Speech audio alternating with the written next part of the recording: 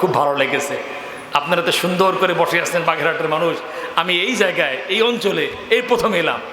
এক জায়গায় এসে লোকজনকে চিনতে একটু সময় লেগে যায়। আমার কাছে খুব ভালো লেগেছে। আপনারা খুবই আন্তরিক, খুবই কোরআন প্রেমিক, খুবই আলেম প্রেমিক। আপনাদেরকে আল্লাহ পাক কবুল করুন, আমিন। এখানে মুলকুন শব্দের তৃতীয় যে ব্যাখ্যা, ঠিক আছে, মুলকুন শব্দের অর্থ হচ্ছে ইমান। ইমানের চাইতে বড় রাজত্ব আর নাই, বড় দৌলত আর নাই। কিয়ামতের দিন আল্লাহ রাব্বুল আমিন একজন লোককে সবার আগে উঠাবেন। হাদিসে আসছে, বিভিন্নভাবে উঠছে যে 3 জন লোককে প্রথম উঠাবেন, কত আসছে যে ওনাকে উঠাবেন। এখন প্রথমেরও অনেকগুলি ক্লাসিফিকেশন আছে, কথা কি বুঝতে পারলেন?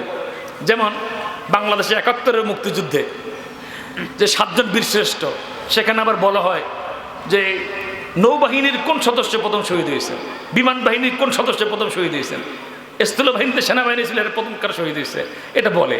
ঠিক কিয়ামতের দিনে আল্লাহ তাআলা প্রথম কার বিচার করবেন, এই ব্যাপারে অনেকগুলি হাদিস আসছে। এখন কোনটা আগে, অনেক ব্যাপারে বলা হয়েছে আগে। যেমন পৃথিবীর সৃষ্টির সূচনার দিকে বলা হয় আল্লাহ কলমকে সবার আগে সৃষ্টি করছেন, কথা কি বুঝতে পারছেন? আবার অন্যান্য রাওয়ায়াতে আসছে যে ওই জিনিসটাকে আল্লাহ প্রথম সৃষ্টি করছেন। এখন প্রথমেরও কিন্তু অনেকগুলি ক্লাসিফিকেশন আছে, কথা কি সবাই বুঝতে পারলেন? তো কিয়ামতের দিনে একজন লোককে প্রথম উঠানো হবে।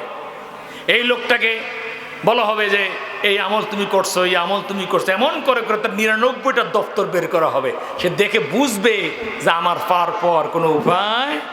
আল্লাহ বলবেন তোমার কি আর কোনো কথা আছে? বলবেন আল্লাহ আমার কোনো কথা নাই। আল্লাহ বলবেন কিন্তু একটা জিনিস তোমার আমার কাছে জমা আছে। সুবহানাল্লাহ বলেন।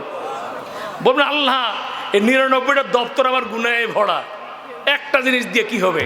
কিন্তু একটা জিনিস কি ভিতর থেকে শাহাদা আল্লা ইলাহা ইল্লাল্লাহ ওয়া আন্না মুহাম্মাদুর রাসূলুল্লাহ, নারে তাকবীর।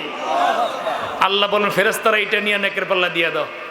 যখন নেকের পাল্লা এটা দেওয়া হবে, বদের পাল্লা 99টা খাতা গুনাহের, নেকের পাল্লাটা ওই 99টা দপ্তরের চাইতো নেকের একটা মাত্র পাল্লা, শুধু কালেমায় পাল্লাটা ভারী হয়ে যাবে। আল্লাহ পাক বলবে তুমি জান্নাতে চলে যাও। তখন কাফেররা আফসোস করে বলবে ওয়া আসাফা, ওয়া আসাফা, আফসোস আফসোস। আজকে যদি এই লোকটার মতো খালি একটু ঈমান থাকতো, এই লোকটার মধ্যে কি থাকতো?